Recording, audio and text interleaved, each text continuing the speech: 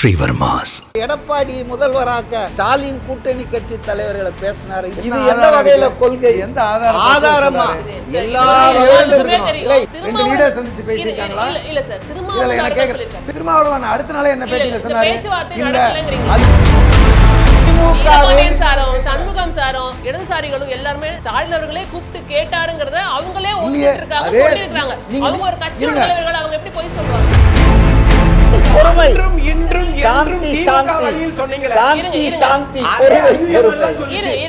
நேற்றும் இன்றும் நாளையும் நாங்கள் திமுகவுடன் தான். ஆனா ஷாஜகான் அமைச்சராயிட்டாரு. அப்ப அவர் சொன்னது பொய்ன்னு சொல்றீங்களா? அவர் சதவீதம் பொய். அதுல என்ன சந்தேகம்? சதவீதம் பொய். திருமாவளவன் சொன்னது பொய். இல்ல, அவரு தான் கிசுகிசுனா பேசினாரு. இருங்க, இது எல்லாம் அந்த குவாரிகள் எல்லாம் பிரச்சனையே இல்ல, நல்லா போயிட்டு இருந்தது அப்படிங்கிறீங்களா? குவாரிகளில் பிரச்சனை இருக்குன்னா பீரியாடிக்கல் இன்ஸ்பெக்ஷன் நீங்க வைக்கணும். அதுதான், அது கடந்த ஆட்சியில நடந்துருந்தா இப்ப அவங்க அது பண்ணிருக்க போறது இல்ல. நீங்க சிஸ்டம் நீங்க நிறுத்திட்டு நீங்க ஆரம்பிக்கிறதுங்கிறது பெரிய வித்தியாசம். சொல்றது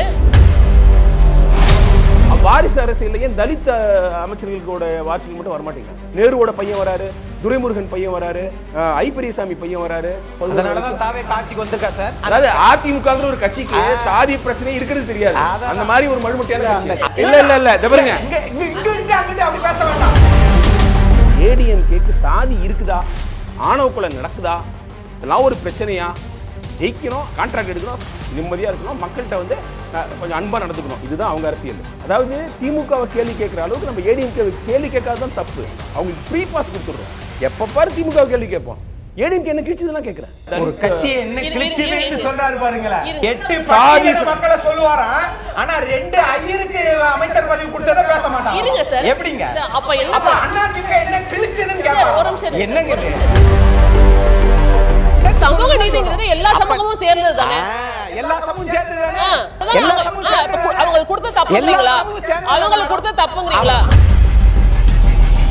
ஏடிஎம்கேவுக்கு இந்த 2 பார்ப்பனர்களுக்கு இடம் கொடுத்தது பிரச்சனை இல்லை, 8 தலித் மக்களுக்கு கொடுத்தது தான் பிரச்சனை. அதை சொல்ல முடியாதனால இதை சொல்றாங்க. ஜெயலலிதா யாரு? பார்ப்பனர்னு பெருமையை அனுபவம் ஆக்ஸ்போர்ட்ல பட்டம் வாங்கின நம்பர்ல பேசினாங்க. அப்பெல்லாம் என்ன பண்ணாரு அக்னீஸ்வரர்? குங்கி எழுந்து அன்னைக்கும் பெருமையா தான் நினைச்சா, இன்னைக்கு என்ன பெருமை இருக்குதுல? ஜாதியில என்ன பெருமை இருக்குது? இந்த ஜாதிங்கிறது என்னங்க பெருமை? தலித்துக்கு கொடுத்ததை நீங்க பெருமையா பேசுறீங்க. அப்ப மத்தத என்ன பேச கூடாதுங்கறீங்க?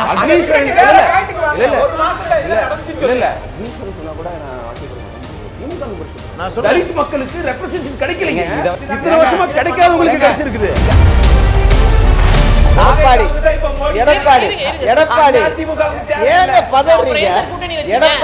அதிமுகவுக்கு பாஜக தேவையில்லைன்னு இப்ப சொல்றீங்க. அப்ப ஏன் தேர்தல் சமயத்துல கூட்டணி வச்சிருந்தீங்க? தேர்தலுக்கு முன்னாடி நீங்களே மாத்தி மாத்தி பேசுறீங்களா? அரசியல மாத்தி மாத்தி பண்றீங்க.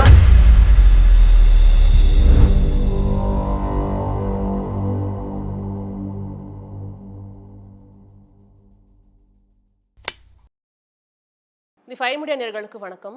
தாவேகா ஆட்சியில் அமர்ந்து 1 மாத காலம் வந்துட்டு முடிவடைந்து விட்டது அப்படிங்கிறத பார்க்க முடியுது.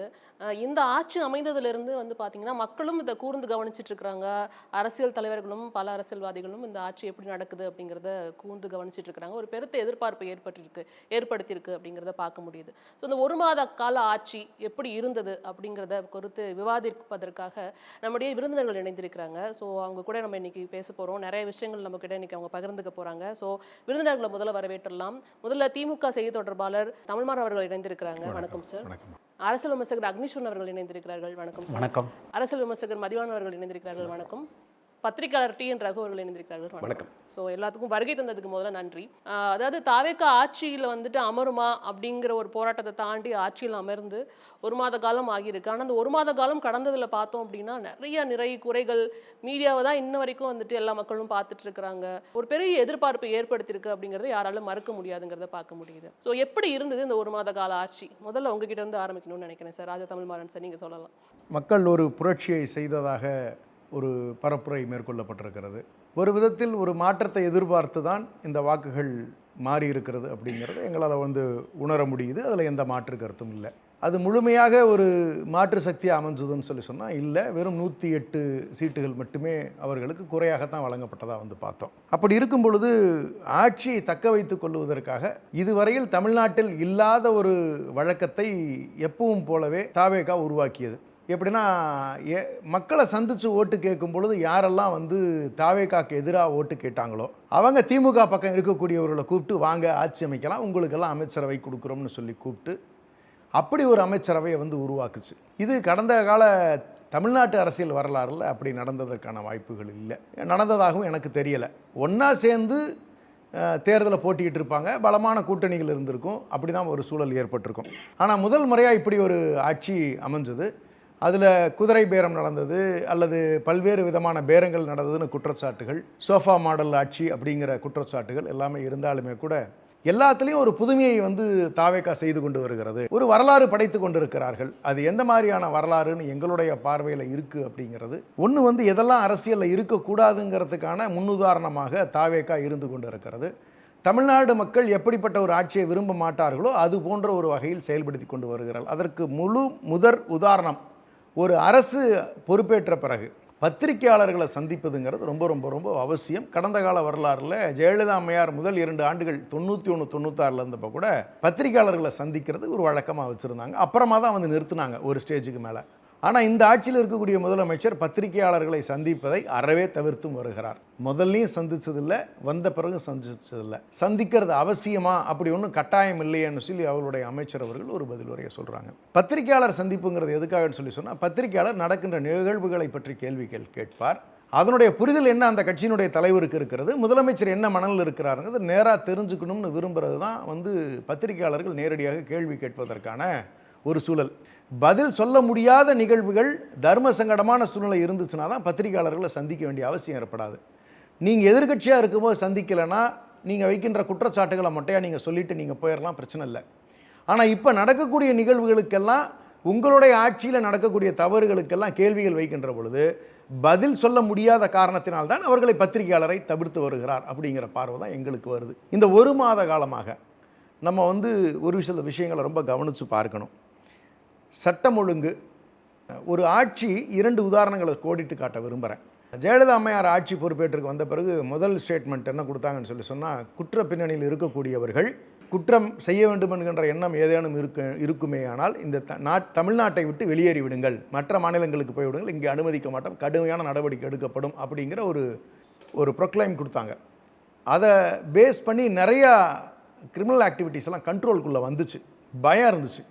திரு முத்துவேல் கருணாநிதி ஸ்டாலின் அவர்கள் முதலமைச்சரான பிறகு சொந்த கட்சிக்காரங்க மேலே நடவடிக்கை எடுத்தார். என்ன ஒரு பெரிய குற்றங்களெல்லாம் இல்லை, ஒரு அம்மா உணவகத்தில் இருக்கக்கூடிய ஜெயலலிதா அம்மையாரனுடைய படத்தை எடுக்கிறார் ஒரு திமுக கட்சிக்காரர், அவர் மேலே கட்சி விட்டு நீக்கி நடவடிக்கை எடுக்கிறாங்க, வழக்கு பதிகிறாங்க. அப்போ என்ன சிக்னல் சொல்ல வருதுன்னு சொன்னால், சட்டம் ஒழுங்கில் காம்ப்ரமைஸ் பண்ண மாட்டோம், சொந்த கட்சிக்காரங்களாக இருந்தாலும் சரி, கூட்டணி கட்சிக்காரங்களாக இருந்தாலும் சரி, மக்கள் பாதுகாப்பாக இருக்கணும், சட்டத்தை கையில் எடுத்துக்கிறத அனுமதிக்க மாட்டோம் அப்படிங்கிறது clear signal. That kept under control, law and order problem இல்லாமல் இருந்துச்சு. ஆனால் இப்போ நடக்கிற ஆட்சியில் எந்த கண்ட்ரோலுமே இல்லை. ஒரு போலீஸ்காரர் கையை உடைக்கிறாங்க, அதுக்கு கேள்வி இருக்கிற மாதிரி தெரில, ஸ்டேஷனில் போய் மிரட்டுறாங்க, கேள்வி இருக்கிற மாதிரி தெரில. வன்கொடுமைகள் இவ்வளவு நடக்குது, பெரும்பாலான வன்கொடுமைகள் அத்தனையுமே தாவேகாவினரை நோக்கித்தான் குற்றச்சாட்டுகள் இருக்கிறது. பொள்ளாச்சி நிகழ்வு மாதிரி சேலம் நிகழ்வு ஒன்று ஏற்பட்டிருக்கு, இப்போ இது விசாரணைக்கு எடுத்திருக்காங்களான்னு சொன்னால் எந்த மாதிரி போகும்னு தெரில. ஸ்ரீவைகுண்டத்தில் நடக்கக்கூடிய நிகழ்வுகளை பட்டியலிட்டு பார்க்கின்ற பொழுது அதில் தாவேகாவினர் ஈடுபட்டிருக்காங்க, கேரளா வரைக்கும் கூப்பிட்டு போயிருக்காங்க. அதாவது நேரடியான குற்றச்சாட்டுகள் இருக்குது. அதுக்கு தலைமையில் இருக்கக்கூடிய இவர்களிடம் பேசி உனக்கு வேலை தரம்னு சொல்கிறாங்களே, அந்த பொண்ணுக்கு நியாயம் கிடைக்குமானா தெரியலை. கோவை இன்சிடென்ட் நடக்குது.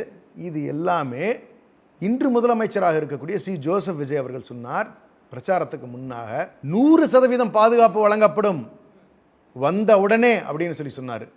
இவ்வளவு நடக்குது, உங்கள் சொந்த கட்சிக்காரங்களே இவ்வளவு அக்கிரமங்களை செய்கிறாங்களே, ஹாஸ்பிட்டலில் போய் டாக்டர்ஸை மிரட்டுறது, நீங்கள் குவாரியில் போய் குவாரி நடத்துகிறவங்கள ஒரு எம்எல்ஏ மிரட்டுறது, நீங்கள் இது மாதிரியான நிகழ்வுகள் எல்லாமே தொடர்ச்சியாக நடந்துக்கிட்டே இருக்கு. முதலமைச்சர் தன்னுடைய கட்சிக்காரர்களை கட்டுப்பாட்டுக்குள் வைப்பாரானா வைக்க மாட்டாருங்கிறது அவருக்கு இது ஒரு பெரிய உதாரணம். அப்போ இதெல்லாம் ப்ரெஸ்ஸில் பார்த்தா கேள்வி வரும், பதில் சொல்லணும். கட்டுப்படுத்த தெம்பு இருக்கா, திராணி இருக்கா ஒரு தலைவருக்குன்னா, ஏன்னா அவருடைய கட்டுப்பாட்டில் அது இல்லைங்கிறது இப்போ தெளிவாயிடுச்சு. 9 மணிக்கு போகிறார், 5 மணி வரைக்கும் இருக்கிறார், என்ன வேலை செய்கிறாருங்கிறது அவருக்கு மட்டுமே வெளிச்சம். கட்சி வேலைகள் பார்ப்பதில்லை, கட்சியை புசி ஆனந்து பார்த்து கொள்ளுகிறார். அவருடைய மன்றம் சார்ந்தவர்களை வெளிக்கட்சியிலிருந்து கூப்பிட்டு வந்தவங்களை ஆதவர்ஜுனா பார்த்து கொள்ளுகிறார். அப்போ இவங்க 2 பேரும் தான் கட்சி நடத்துகிறாங்க. விஜய் அவர்கள் முதலமைச்சராக ஆஃபீஸ் டியூட்டி சாஃப்ட்வேர் கம்பெனிக்கு வேலைக்கு போயிட்டு வர மாதிரி 9:30க்கு போயிட்டு 5 மணிக்கு வீட்டுக்கு போயிடுறார். Saturday Sunday leave. இதுதான் ஒட்டுமொத்தமா வந்து இந்த ஒரு மாச காலத்துல நீங்க வந்து பார்வையிட்டது. இது சட்டம் ஒழுங்கும் பெண்கள் சம்பந்தப்பட்ட விஷயங்கள்லையும். ஏன்னா அவர் சொன்னதுக்கும் இந்த ஒரு மாச காலத்துல நடக்கக்கூடியதுக்குமான பெரிய வித்தியாசம் இது. ஏன்னா நீங்க மற்ற விஷயங்கள்ல நீங்க டைம் எடுத்துக்கலாம், ஸ்கீம்ஸ் இம்ப்ளிமெண்டேஷனுக்கு நீங்க டைம் எடுத்துக்கலாம், சட்டம் ஒழுங்குக்கெல்லாம் உங்களுக்கு டைம் தேவையில்லை.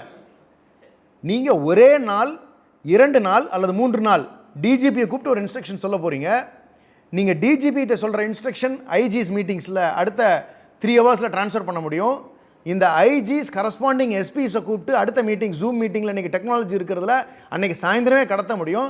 அடுத்த நாள் காலையில் மைக்கில் கொடுத்து கூப்பிட்டு சொல்லுகின்ற இன்ஸ்ட்ரக்ஷன் லா அண்ட் ஆர்டரை வித்தின் 48 ஹவர்ஸ் கண்ட்ரோலுக்கு கொண்டு வர முடியுமான்னா முடியும். ஓகே, அப்போ வந்து இதுல இருந்து நான் வந்து லா அண்ட் ஆர்டர் பிரச்சனை வந்து அதிகமா இருக்கு அப்படிங்கறது நீங்க குறிக்கோளிட்டு இது ஒரு எக்ஸாம்பிள். இதே மாதிரி தான் எல்லா துறை அமைச்சர்களுமே தனக்கு என்ன செய்யறதுன்னு தெரியாமல் ரீல்ஸுக்கு மட்டுமே முக்கியத்துவம் கொடுத்துக்கிட்டு போகிறாங்க.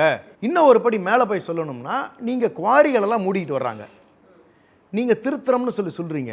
நான் எப்படி இதை பார்க்குறேன் என்னுடைய பார்வைக்குன்னு சொன்னால் ஒரு உதாரணம் சொல்கிறேன். இதை யாரையும் நான் குறிப்பிட்டு சொல்வதற்காக ஒரு சின்ன கதை மட்டும் சொல்லிக்கிறேன். ஒரு பூக்கடை இருக்குது. அந்த பூக்கடையில் பூ கட்டி மாலை வச்சுருக்காங்க. அந்த மாலைகளில் குறை இருக்குன்னு சொல்கிறாங்க. அந்த கடைக்காரரை வெளியேற்றிட்டு புதுசாக பல குரங்குகள் அந்த கடையை டக்குன்னு போய் ஆக்கிரமிச்சு பயந்துட்டு ஓடிட்டாங்க. இவங்க அது நான் குரங்குன்னு சொன்னது ஒரு உதாரணத்துக்காக மட்டுமே. அவர்களையும் நீங்கள் ஒரு நபர்களாக நீங்கள் கன்சிடர் பண்ணிக்கோங்க. இவங்க ஏற்கனவே இந்த மாலையெல்லாம் எப்படி கட்டி வச்சுருக்காங்கன்னு பூராத்தையும் பிரித்து பார்க்குற வேலையில் தான் இருக்காங்களே ஒழிய இந்த பூவையும் இந்த நாரையும் எடுத்து வச்சு புது மாலை கட்டி அந்த பூக்கள் சரியான பூக்களை வாங்கி கோர்க்கின்ற வேலையில் ஈடுபட்டிருக்கிறார்களா? இல்லை. It will take some time sir. இப்போதான் வந்திருக்காங்க. இதுல எங்கது பிரச்சனை ஆயிருக்குங்கறத கண்டுபிடிச்சிருக்காங்க. அதனால குவாரிகள் என்ன பிரச்சனை இருந்துச்சுங்கறத ஐடென்டிஃபை பண்றதுக்கும் நீங்க பண்ணுங்க, நான் வேண்டாம்னு சொல்ல. But it should be in a phased manner னு சொல்றோம். நீங்க you cannot stop the whole system. இப்போ இதயத்துல வந்து நீங்க வந்து பிளாக் இருக்கு அப்படினு நீங்க சொல்றீங்கன்னு வெச்சுக்கோங்களேன். இதயத்தை வெளிய எடுத்து வச்சிட்டு அதை நிறுத்திட்டு அப்புறமா நான் இதெல்லாம் ரெக்டிஃபை பண்ணி சரி பண்ணிட்டு அப்புறமா ஹார்ட் வைக்கிறேன்னு சொல்ல முடியாது. இல்ல அந்த குவாரிகள் எல்லாம் பிரச்சனையே இல்ல, நல்லா போயிட்டு இருந்தது அப்படிங்கறீங்களா?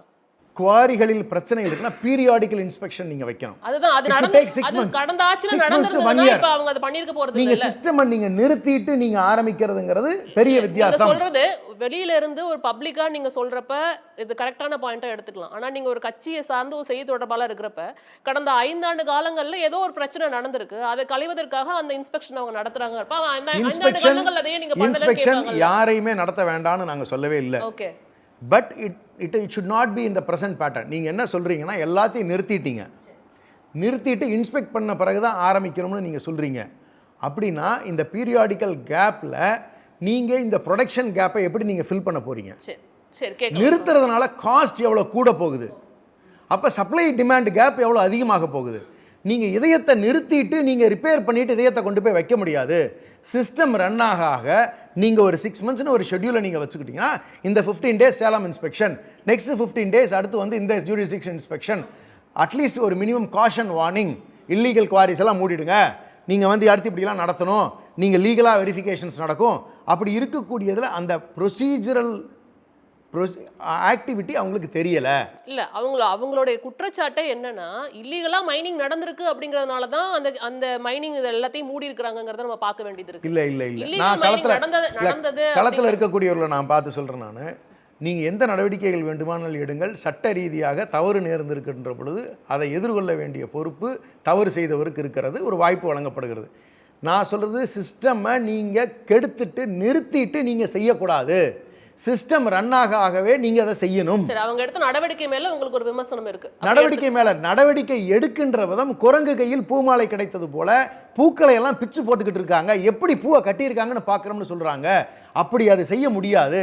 நீங்க ஒரு கலையில தேர்ந்தெடுத்தவராக இருந்திருந்தீங்கன்னு சொன்னா பூ கட்டுகிறவரை கொண்டு வந்து அந்த இடத்துல உட்கார வைக்கும் பொழுதுதான் அந்த பூ கட்டுகின்ற உடனே கட்ட முடியும். நீங்க கத்துக்கிறதுக்காக நீங்க பழைய பூவையெல்லாம் பிச்சு பார்த்துக்கிட்டு இருக்கிறோம்னு சொன்னா அது என்டையர் சிஸ்டம் டிஸ்டர்ப் பண்ணும். இது எங்க அல்டிமேட்டா ரிஃப்ளெக்ட் ஆகும்? கான்ட்ராக்டர்ஸ் அஃபெக்ட் பண்ணும். பப்ளிக் இன்னைக்கு 25% கட்டுமான பொருட்கள் விலை ஏறி இருக்கு. நான் என்ன கேக்குறேன்னா இதுவே வந்துட்டு இல்லீகல் மைனிங்க மூடுறதுக்காக நீங்க கவர்மெண்ட் பேர்ல எல்லாரும் சேர்ந்து பிரஷர் போடுறாங்கன்னு தான் வெளியில இருந்து பாக்குற பார்வையாளர் என்ன கேக்குறாங்க. அதான் நீங்க வந்து தேவையில்லாத ஒரு பிரஷரை இல்லீகல் மைனிங்க மூடுனதுனால கவர்மெண்ட் மேல இல்லீகல் மைனிங்க மூடல. நீங்க அப்படிதான் இது பூதாகரம் ஆயிட்டு இருக்கு. குவாரிக்காரங்க சொல்ற ஒவ்வொரு குவாரிக்கு பின்னாடியும் ஒரு பெரிய பெரிய பிசினஸ் இருக்கு, பெரிய பெரிய இருக்கட்டும். கும்பல் இருக்கு. இருக்கட்டும். அதை வந்து அவங்க எல்லாம் சேர்ந்து தான் இந்த விஷயத்தை பண்றாங்கங்கிறது விமர்சனமா இல்ல இருக்கு. நீங்க நிறுத்துறது கமிஷன் கேட்கறதுக்காகன்னு சொல்லி குவாரி ஓனர் அசோசியேஷன்ல சொல்றாங்களே, நிறுத்திட்டு எங்களை மிரட்டுறாங்க, எங்களுக்கு யூனிட்டுக்கு தனி 500 ரூபா கொடுங்கன்னு கேட்கறாங்க, நாங்க முடியாதுன்னு நாங்களே பாதி குவாரியை மூடிட்டோம் கேட்கலாம் அப்படிங்கிற குற்றச்சாட்டுகள் வைக்கிறாங்க. எங்க போய் கமிஷன் கரப்ஷன் இல்லங்கிறீங்க? சரி, ஓகே. அதுக்காக வாலண்டியரா தன்னைத்தானே குவாரிகள் நிறைய மூடி இருக்காங்க. நான் உங்களோட முதல் சுற்று கருத்தா எடுத்துக்கிறேன். நிறைய விஷயங்கள் விமர்சனங்களா வச்சிருக்கீங்க. திரு அக்னிஸ்வரன் அவர்கள் அவங்க நிறைய விஷயங்கள் விமர்சனங்களா வச்சு உங்க தரப்புல இருந்து இந்த 1 மாத காலம் எப்படி இருந்தது? இன்னும் 59 மாதம் இருக்குது. இந்த 1 மாதத்திலே வந்து என்னப்பா சொல்லு அப்படின்னா என்னத்தை சொல்கிறது? அதனால் 5 வருஷம் அவங்களுக்கு கால அவகாசம் கொடுத்துருக்குறாங்க. அடுத்து இந்திய நாட்டினுடைய பிரதமர் பதவிக்கு தமிழ்நாட்டினுடைய முதலமைச்சர் காங்கிரஸ் கூட்டணி. இங்கே தமிழ்நாட்டில் பார்த்தீங்கன்னா தாவேகா கூட்டணி அரசு. ஆனால் கூட்டணி யாரு கூடனா காங்கிரஸ் கூட. கூட்டணி ஆட்சின்றோம்ல, ஆட்சி நடத்துவதற்கு பாஜக கூட ஒரு கூட்டணி. எந்த பிரச்சனையும் எதையுமே பேசுவதில்லை. ரொம்ப ஆணித்தரமாக அழுத்தமாக இன்னைக்கு ஒரு பேச்சு நாளைக்கு ஒரு பேச்சு, அது எனக்கு தேவையில்லாத ஒன்று. 2 கால்களை வைத்துக்கொண்டு அரசு நடக்குமே ஆனால் அது 4 கால்களை எப்போது மாறும்? 2 தாவேகா கால், 1 விசிகா கால், 1 காங்கிரஸ் கால். ஆனால் டெல்லியை பொறுத்தளவில் ஆளுங்கட்சியோடையும் கூட்டணி, எதிர்கட்சியோடையும் கூட்டணி. பாஜக ஆட்சியை அல்லது அரசாங்கத்தை தாவேகா, தமிழ்நாட்டில் ஆட்சி செய்யக்கூடிய தாவேகா ஒரு நாள் கூட ஒரு செய்தியை கூட அவர்கள் எதிர்க்க மாட்டார்கள். இது 1. 2வது, தமிழக நலனுக்கு எதிர்ப்பா ஏதாவது வந்ததுன்னா எதிர்ப்பாங்க. அவங்க கிட்ட இருந்து என்ன எதிர்பார்க்குறீங்க நீங்க? இல்ல தமிழர் நலன் சும்மா எதிர்க்கணும் அப்படி இல்ல எதிர்பார்க்க தமிழர் இல்ல நீங்க சும்மா என்ன விஷயத்துக்காக எதிர்க்காம இருக்காங்க? நீங்க சும்மாலாம் போய் எதுக்க வேண்டாம். நீங்க நிதி ஆயோக் கூட்டத்திற்கு போனீங்கல்ல, அங்க பிரதமர்கிட்ட என்ன பேசுனீங்க? நீட்டு விளக்க பத்தி பேசியிருக்கீங்க. ஆனால் மேகதாது அணை கட்டியே தீருவேன் என்று சொல்லுகிறார் உங்க காங்கிரஸ் கூட்டணி. 19 டிஎம்சி மே மாதம் தரணும், ஜூன் மாதம் 19 டிஎம்சி தரணும். இந்த 19 டிஎம்சியும் சேர்த்து எங்களுக்கு தண்ணீர் விட சொல்லுங்கள், ஜூன் மாதம் 12ஆம் தேதி நாங்கள் தண்ணீர் திறந்து விட வேண்டும் அப்படின்னு சொல்லி ஏதாவது பிரதமர்கிட்ட கடிதம் கொடுத்தாரா, பேசினாரா? கர்நாடகா முதலமைச்சர்கிட்ட பேசினாரா, கடிதம் கொடுத்தாரா? இல்லை. சரி, இந்த 4 பேரையும் செய்யல, பத்திரிகையாளரை சந்திச்சிங்களா? இல்லைங்க. ஆகவே 108 சட்டமன்ற உறுப்பினர்கள்ல 107 இருக்குது. அந்த 107ல் திருச்சியில் 1,00,000 வாக்குகள் வித்தியாசத்தில் வெற்றி பெற்ற தமிழ்நாடு முதலமைச்சர் 5000 பேருக்கு மட்டும்தான் நன்றி சொல்லியிருக்கிறார். ஆனால் அதை ராஜினாமா செய்து விட்டார். பெரம்பூருக்கு போகவே இல்லையே. 1. 2, தமிழ்நாடு முழுக்க சுற்றுப்பிரயாணம் செய்ய தேவையில்லை. மேடம், ரொம்ப முக்கியமானது. அரசியல் கட்சி ஆரம்பித்து நாங்கள் 10 ஆண்டு காலம் காத்திருக்க வேண்டிய அவசியமில்லை. பெரிய பெரிய டிவி கேமராலாம் பத்திரிகையாளர்கள் சந்திக்க வேண்டிய அவசியமில்லை. ஆனால் நாங்கள் ஆட்சிக்கு வந்து விடுவோம் என்கின்ற ஒரு மிகப்பெரிய ஒரு சமுதாய புரட்சியை செய்திருக்கிறார் திரு விஜய் அவர்கள். ஆனால் ஐயா, நீங்கள் ஆட்சிக்கு வந்துட்டீங்க, நீங்கள் 500 யூனிட்டு அப்படின்னு சொல்லி ஒரு இக்கண்ணா வச்சு 200 யூனிட் ஃப்ரீங்கிறீங்க. ஆனால் 717 கடைகள் சொன்னீங்களே மாண்புமிகு தமிழ்நாடு முதலமைச்சர் அவர்களே, 717 கடைகள். அதில் ஆங்கில நாளிதழில் சொன்னாங்க, நாங்கள் மதுரையில் இத்தனை கடை, சேலத்தில் இத்தனை கடை. ஆனால் தகவல் அறியும் உரிமை சட்டத்தில் கேட்டால் அந்த தகவல் எங்களிடம் இல்லை. எத்தனை கடை, எங்கெங்கு மூடினீங்க, ஏற்கனவே போட்ட அந்த கடைகளை மூடினால் அங்கே வேலை பார்த்தவங்களுக்கு என்ன, எங்கே மாற்றிருக்கிறீங்க? இல்லை மூடிட்டு வீட்டுக்கு போங்கன்னு சொல்லிடுறீங்களா? அவங்களோட ஒரு ஒப்பந்தம் போட்டிருப்பீங்களா? அந்த ஒப்பந்தம் என்ன ஆச்சு? ஆகவே இவ்வளவையும் செய்துவிட்டு நாங்கள் கடைகளை மூடிட்டோங்க, ஆகையினால இது எல்லா வேலையும் முடிச்சிட்டோங்க அப்படின்னு சொன்னால் இதை எங்கே சொல்கிறது? சரி, அதை கூட விடுங்க. ஒரு அரசு ஆட்சிக்கு வந்து 1 மாதம் கூட நிறைவடையலைங்க. தொழில்துறை அமைச்சர் இன்னொரு நாட்டுக்கு போகிறாங்க. ஆனால் முந்தைய ஆட்சியில் ஒப்பந்தம் போட்டு, புரிந்துணர்வு ஒப்பந்தம் போட்ட வாசகான் அந்த கப்பல் கட்டும் அந்த பணி 29,000 கோடி. அதுக்கப்புறம் ஓசூரில் ஏர் ஸ்பேஸ் அது சம்பந்தமா, அதுக்கப்புறம் ராயல் என்ஃபீல்டு, இது எல்லாத்தையும் சேர்த்து 50,000 கோடி தமிழ்நாடு அரசாங்கம், முந்தைய அரசாங்கம் புரிந்துணர்வு ஒப்பந்தம் போட்டதை பக்கத்து மாநிலத்துக்கு போயிருச்சு. ஆனா தமிழ்நாட்டினுடைய தொழில்துறை அமைச்சர் பக்கத்து நாட்டுக்கு போயிருக்கிறாங்க. இல்ல, நான் வந்து இந்த மசாகான் வந்து ஷிப்பிங் டாக் பத்தி தான் நீங்க பேசுறீங்க, அப்புறம் ஒசூர் அந்த ரன்வே பத்தி பேசுறீங்க. அதுக்கு எல்லாத்துக்குமே வந்து என்ன நடந்தது அப்படிங்கிறது எல்லா நாளிதழையும் நீங்க படிச்சிருக்கவே வாய்ப்பு இருக்கு. இதுல புரிந்துணர்வு ஒப்பந்தம் போடவே இல்லை. ஏற்கனவே அவங்க ஆந்திராவுக்கு போயிட்டாங்க மசாகன் அப்படிங்கிறது எல்லாத்துக்கும் தெரிஞ்ச விஷயம். ஏற்கனவே அவங்க பேசுனது உண்மையா? ஓசூர்ல ஆரம்பிக்காம இருக்கிறது காரணம் என்னன்னா, பக்கத்துலயே 100 கிலோமீட்டர்ஸ்ல இன்னொரு ஏர்போர்ட் இருக்குங்கிறதுனாலதான் அதுவும் இங்க இருந்து போயிடுச்சுங்கிறது எல்லாத்துக்கும் தெரிஞ்ச விஷயம். இது வந்து எப்படி வந்து நம்ம கரெக்டான ஒரு பாதையில அணுகிறது? இருங்க, 9 ஏர்போர்ட் எப்படிங்க ஆந்திரா அப்ரூவல் வாங்கிட்டு வர்றாங்க, நம்ம ஏங்க வாங்க முடியல? நம்ம வந்து இதுக்கான காரணத்தையும் அவங்க கிட்ட கேட்கலாம். தொடர்ந்து பேச. அகைனால இவங்கள பொறுத்தளவுல ராயல் என்ஃபீல்ட் மேடம் நீங்க சொல்றது அப்ப இது ரெண்டும் போக ராயல் நான் கேட்கல. ராயல் என்ஃபீல்ட் இது ரெண்டுக்கு நீங்க ஜஸ்டிஃபை பண்றீங்க. ராயல் என்ஃபீல்ட் ஏன் போச்சு? அவரோட இது இது ஒண்ணா நான் கேட்கிறேன். 12 ஆண்டுகளா மதுரை எய்ம்ஸ் இன்னும் திறக்கப்படலை, கட்டப்படலை. அங்கே மாணவர் சேர்க்கை எங்கே போய் பண்ணுறாங்க? ஆனால் கோவையில் ஒரு எய்ம்ஸ் வேணும்னு தமிழ்நாடு முதலமைச்சர் கேட்டிருக்கிறாரு. எப்படி மதுரையை அந்த திட்டத்தை விட்டுருங்கன்னு அர்த்தமா? அது என்ன அது? ஏன் இப்போ போய் அங்கே இதில் கேட்டாரா? நிதி ஆயோக் கூட்டத்தில் கேட்டாரா? அந்த நிதி ஆயோக் கூட்டத்தில் நிதித்துறை செயலாளர் போனாங்களா? தமிழ்நாடு தலைமைச் செயலாளர் சாய்குமார் இருக்கிறார். ஆகுமுறை அங்கே இருக்கக்கூடிய அட்மினிஸ்ட்ரேட்டிவ், தமிழ்நாடு ஹவுஸில் அட்மினிஸ்ட்ரேட்டிவ் அதிகாரியாக இருக்கக்கூடிய திரு IAS திருமதி ஜெயா இருக்கிறார்கள். ஆனால் நிதி அமைச்சரோ நிதித்துறை செயலாளரோ இல்லை. காரணம், அங்கே போய் நிதியை பற்றி பேசினா தானே. ஆகையினால இவர்கள் செய்யக்கூடிய எல்லா விஷயங்களுமே. இன்னொன்று, நீங்கள் சிங்கப்பெண் திட்டம் அப்படின்னு கொண்டு வர்றீங்கல்ல, அதுக்கு ஏதோ ஒரு புது நம்பரை கொடுக்கலாம்ல. அது 100 அது பழசு தானே. அப்போ அந்த திட்டமும் பழசு தானே, ஏற்கனவே இருக்கிறது தானே. தமிழ்நாட்டில் இந்தியாவிலேயே இல்லாத சிறப்பு திட்டங்கள் அத்தனையும் தமிழ்நாட்டில் இருக்குது. இல்லை, இது எல்லாத்துக்கும் வந்துட்டு அவங்க ஒரு விஷயம் சொல்லியிருந்தாங்க. கண்டிப்பாக தனி நம்பர் இல்லை, தனி நம்பர் உருவாக்கப்படும்னு சொல்லியிருந்தாங்க இல்லையா? அவங்க பவனேஸ்வரி சொல்லியிருந்தாங்க. ஆமாம், இதெல்லாம் அது அதிகாரிகள் எல்லாம் ஆட்சியாளர்களுக்கு ஏற்ப அப்படியே மாற்றிக்கொள்வார்கள். எந்த நம்மளுடைய சென்னை கமிஷனராக இருந்த திரு அருண் IPS அவர்களை மாற்ற வேண்டும் என்று சொன்ன தாவேகா தான் ஆட்சிக்கு வந்ததற்கு பிறகு அதே IPS அருண் அவர்களை லஞ்ச ஒழிப்புத்துறை இயக்குனராக போட்டிருக்கீங்க. அது எப்படிப்பா 10 நாளில் இந்த மாற்றம்? ஆகவே இந்த நிர்வாக குளறுபடி மக்கள்கிட்ட தன்னுடைய கவர்ச்சியின் மூலம் இவர்கள் ஆட்சிக்கு வந்து விட்டார்கள். அது ஓகே, யாரு வேணாலும் வரலாம், புது கட்சி. இப்போ ஒரு சூர்யா வந்து கருப்பு படம் நல்லா ஓடிட்டு இருக்கு, 10 நாள் 400 கோடிக்கு மேலங்கிறாங்க. 2031 அவர் கூட வரலாம். ஆகையினால இங்க தமிழ்நாட்டில் திராவிட கட்சிகள் செஞ்ச வளர்ச்சி ரொம்ப எக்ஸ்க்ளூசிவான தகவலா இருக்கு. ஐயோ, உண்மை அதுதான். அதிமுக வராரா? ஐயோ, எல்லாம் ஆர்டிஃபிஷியல் இன்டெலிஜென்ட் தகவல். ஆகையினால தமிழ்நாட்டை பொறுத்தளவுல வளர்ச்சி என்பது வேண்டாம், எங்களுக்கு கவர்ச்சி தான் முக்கியம். அப்ப வளர்ச்சினா என்ன? தமிழ்நாட்டை பொறுத்தளவில் தந்தை பெரியார் மானுடத்தை பற்றி சொன்னார். இதை மட்டும் முடிச்சுக்கிறேன். இல்லைங்க, மானுடத்தை பற்றி பேசிட்டீங்க, நீங்கள் ஆட்சி அதிகாரத்துக்கு வரணும்யா அப்படின்னு சொல்லி பேரறிஞர் பிறந்த அண்ணா நாடுக்காக வந்தார். அதுதான் திராவிட நாடு. அதிலிருந்து வந்த கலைஞர் என்ன செய்தார்? ஐயா, மானுடம் நாடெல்லாம் இருக்கட்டும், முதல்ல இயக்கம் முக்கியமையா கட்சி முக்கியம்னு திமுகவை அவர் வந்து இது பண்ணி ஆட்சிக்கு கொண்டு வரணும்னு நினைச்சாங்க. புரட்சித் தலைவர் எம்ஜிஆர் மானுடம், நாடு, கட்சி எல்லாத்தையும் விட நான் இந்த மக்களை நேசிக்கக்கூடிய ஒரு கலைஞன், தலைவன் அப்படின்னு வந்தார். ஆனால் திரு ஜோசப் விஜய் அவர்கள் இதில் மானுடம் இருக்கிறதா, நாடு இருக்கிறதா, கட்சி இருக்கிறதா, கட்சி ஆரம்பித்த 2 ஆண்டுகள் இருக்கிறது, கொள்கை இருக்கிறதா என்று கேட்டால் நான் பத்திரிகையாளரே சந்திக்க மாட்டேன், ஆட்சிக்கு வந்துட்டேன் அப்படின்னு சொன்னா அடுக்கடுக்கான விமர்சனங்கள் 2 தரப்புல இருந்து வந்திருக்கு அப்படிங்கறத பார்க்க முடியுது. திரு அக்னிஷன் அவர்களும் சில நேரங்கள்ல பேசும்போது அவங்க 2 பேரோட கருத்தும் ஒரே மாதிரி இருக்குங்கிறப்ப இன்னும் எனக்கு ஆச்சரியமா இருக்கு அப்படிங்கறத பார்க்க முடியுது.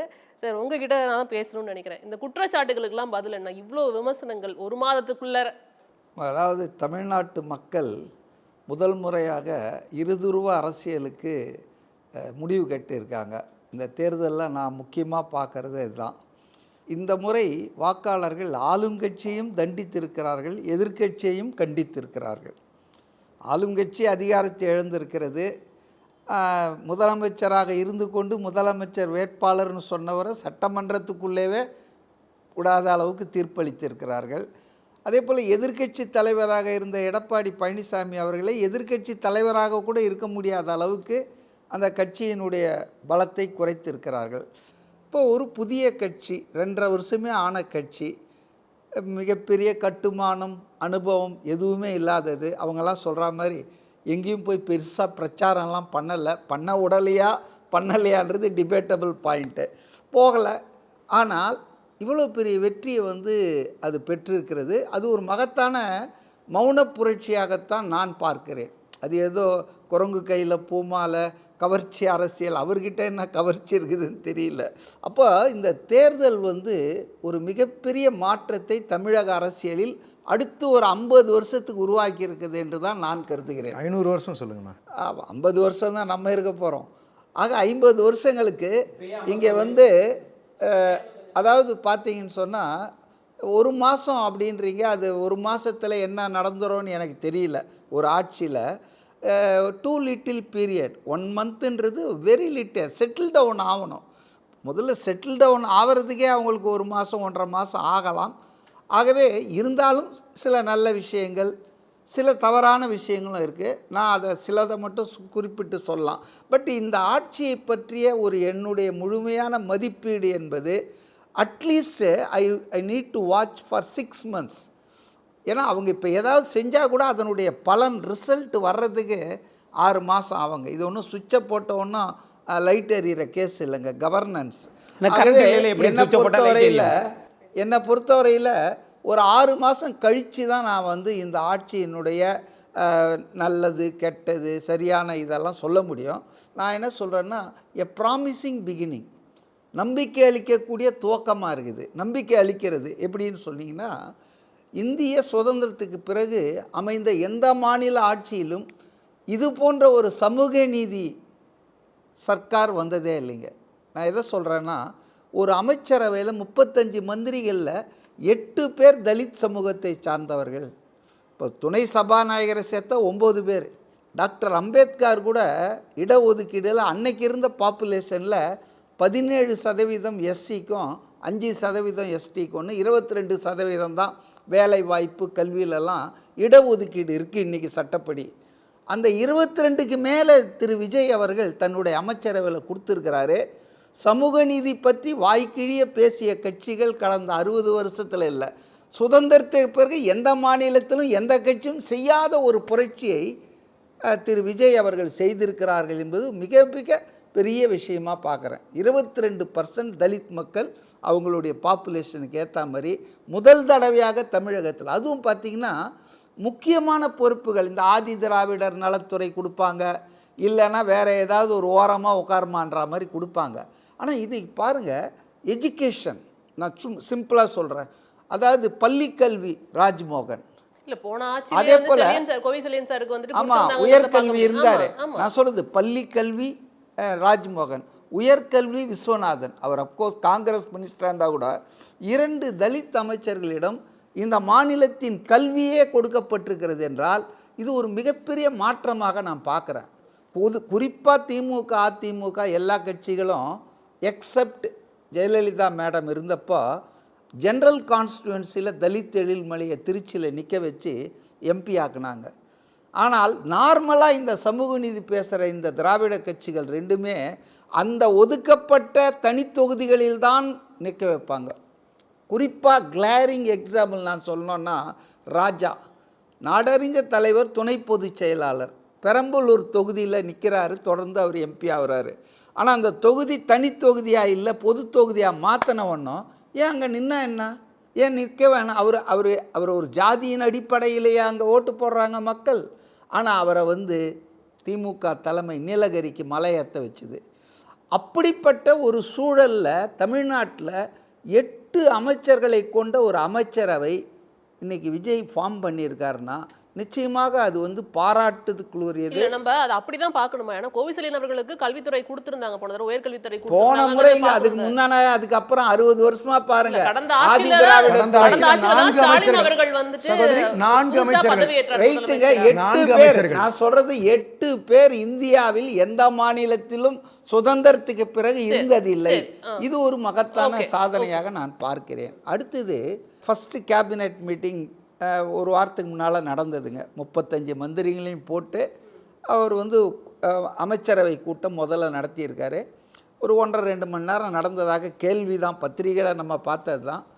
நட்ஷெல்லாம் 2 விஷயங்களில் அவங்க கவனம் செலுத்த போகிறோன்னு முடிவு பண்ணியிருக்காங்க. ஒன்று வந்து போதையில்லா தமிழகம், இன்னொன்று லஞ்சமில்லா நிர்வாகம். இந்த 2 குறிக்கோள்களும் தமிழ்நாட்டுக்கு மிக மிக அத்தியாவசியமான குறிக்கோள்களாக இன்றைக்கு இருக்கிற சூழல் நான் பார்க்குறேன். இப்போ போதையில்லா தமிழகம்னா ஒரு கேள்வி வரலாம், டாஸ்மாகெல்லாம் க்ளோஸ் பண்ணிவிடுவாரா, மது விலக்கு கொண்டு வந்துடுவாரா? நேற்றைய தினமும் 2 நாளைக்கு முன்னால் நான் டைம்ஸ் ஆஃப் இந்தியாவில் பார்த்தேன், நிதிஷ்குமார் 10 வருஷமாக மது விலக்கு கொள்கையை விடாப்பிடியாக பீகாரில் கொண்டு வந்தார். ஆனால் பீகாரில் குடிகாரர்கள் அதிகமாக இருக்காங்கன்றது தான் தகவல் வந்து, கள்ளச்சாராயம் இது மாதிரி விஷயங்கள். அஃபிஷியலாக இருக்கிறது குஜராத்தில் மட்டும்தான் மது விலக்கு இருக்குதுன்னு நான் நினைக்கிறேன். காந்தி பிறந்த மாநிலம். நான் பல முறை குஜராத்துக்கு போயிருக்கேன், பல நகரங்களுக்கு போயிருக்கேன். எல்லா இடத்துலையும் ஃப்ரீயாக உங்களுக்கு லிக்கர் கிடைக்கும். ஸோ ஏட்டளவில் தான் மது விலக்கு இந்தியாவில் பண்ண முடியுமே தவிர நடைமுறை சாத்தியமில்லாத ஒரு விஷயம். மதுவிலக்குங்கிறத அவங்களே ஏத்துப்பாங்களாங்கிறது தெரியாது. இல்ல சொல்றேன், போதையில்லா தமிழகம்னு சொல்றதால டாஸ்மாக மூடிடுவாங்களான்னு ஒரு எதிர்கேள்வி வரலாம். அதுக்கு தான் நான் பதில் சொல்றேன். ஆனா இன்னைக்கு டாஸ்மாக் ரொம்ப வருஷமா இருக்குதுங்க. ஆனா போதை அப்படின்னு சொல்றது இன்னைக்கு ட்ரக்ஸ், இதுதான் ரொம்ப டேஞ்சரா இருக்குங்க. அபின், கஞ்சா, இது மாதிரியான ட்ரக்ஸ் வந்து உங்களுக்கு மாநிலம் பூரா, இது இந்த ஆட்சியில் வந்தது போன ஆட்சியில் இருந்தது இல்லை அப்படின்லாம் நான் சொல்ல, ஒரு 10-15 வருஷமாக இறங்கி ஸ்கூல் வரைக்கும் போயிடுச்சுங்க. இது ஒரு மிகப்பெரிய காரணம் குற்றங்கள் இளைஞர்களிடையே பெருகுவதற்கு, பெண்களுக்கு எதிரான வன்மங்கள் அதிகரிப்பதற்கு பல காரணங்கள் இருக்குது. சமூக ஊடகமும் அது ஒரு காரணம். ஆனால் இந்த போதை, இந்த ட்ரக்ஸ் வந்து பரவி இருக்குது பாருங்கள், இது வந்து மிக மோசமான விஷயம். அப்போ இதை வந்து அடிக்கணும். இப்போ ஏற்கனவே நிறைய ரைட்ஸ்லாம் போட்டிருக்காங்க, எல்லாம் வந்துட்டுருக்குங்க. இது ஒரு நல்ல இலக்காக நான் பார்க்குறேன், போதை இல்லா தமிழகம். ஏன்னா பெண்களுக்கு எதிரான, சிறுவர்களுக்கு சிறுமிகளுக்கு எதிரான இந்த வன்மம் பெரும்பாலும் கடைசியில் போய் பார்த்தா ஏதோ ஒரு போதையில் தான் நிற்கிது. அப்போ அதை வந்து அட்டாக் பண்ணுறாங்க. ஊழல் இல்லா நிர்வாகம், அது ரொம்ப பெரிய விஷயங்க. ஏன்னா தமிழ்நாட்டில் அந்த ஊழலை ஒழிச்சிட்டா நிர்வாகத்தில், ஒழிக்க முடியுமான்னு எனக்கு தெரியாது, at least they are attempting to eradicate corruption. அப்போ இந்த ஊழல் இல்லா தமிழகம் பண்ணால் வேறு எதுவுமே பண்ண வேணாம், 50% ப்ராப்ளம் ஓவருங்க மக்களுக்கு. திமுக வந்து அவங்களுடைய ஸ்டார் உறுதிமொழியான குடும்பத் தலைவிகளுக்கு 1000 ரூபாய் நிதி உதவி கொடுக்குற அந்த திட்டத்தை ஆட்சிக்கு வந்து 28 மாதம் கழித்து தான் அமல்படுத்தினாங்க. இல்ல அவங்க அதையுமே சொல்லும் போது என்ன சொல்றாங்கன்னா, அது பிரச்சனை இல்லை, நீங்க வந்துட்டு கொடுத்த வாக்குறுதிகளை லேட்டா கூட நிறைவேற்றிக்கோங்க, சட்டம் ஒழுங்கு பிரச்சனையை தான் அவங்களும் வந்துட்டு முன்னாடி வைக்கிறாங்க. நீங்க வந்த உடனே இரும்புக்கரம் கொண்டு ஒடுக்கப்படும்னு சொன்னீங்களே அப்படின்னு கேள்வி கேட்குறாங்க. ரைட், நான் அதுக்கு தான் வரேன். அதாவதுங்க, இன்னைக்கு வந்து லஞ்சம் இல்லாத நிர்வாகம்னு கொண்டு வந்தால் பாதி ப்ராப்ளம் மக்களுக்கு தீர்ந்துரும்ன்றது என்னுடைய அசைக்க முடியாத கருத்து. அவங்க வந்த உடனே 2-3 வேலைக்கு பண்ணாங்க, அது எனக்கு நம்பிக்கை. ப்ராமிசிங் நான் ஏன் சொல்கிறேன்னா சும்மா பேசலை.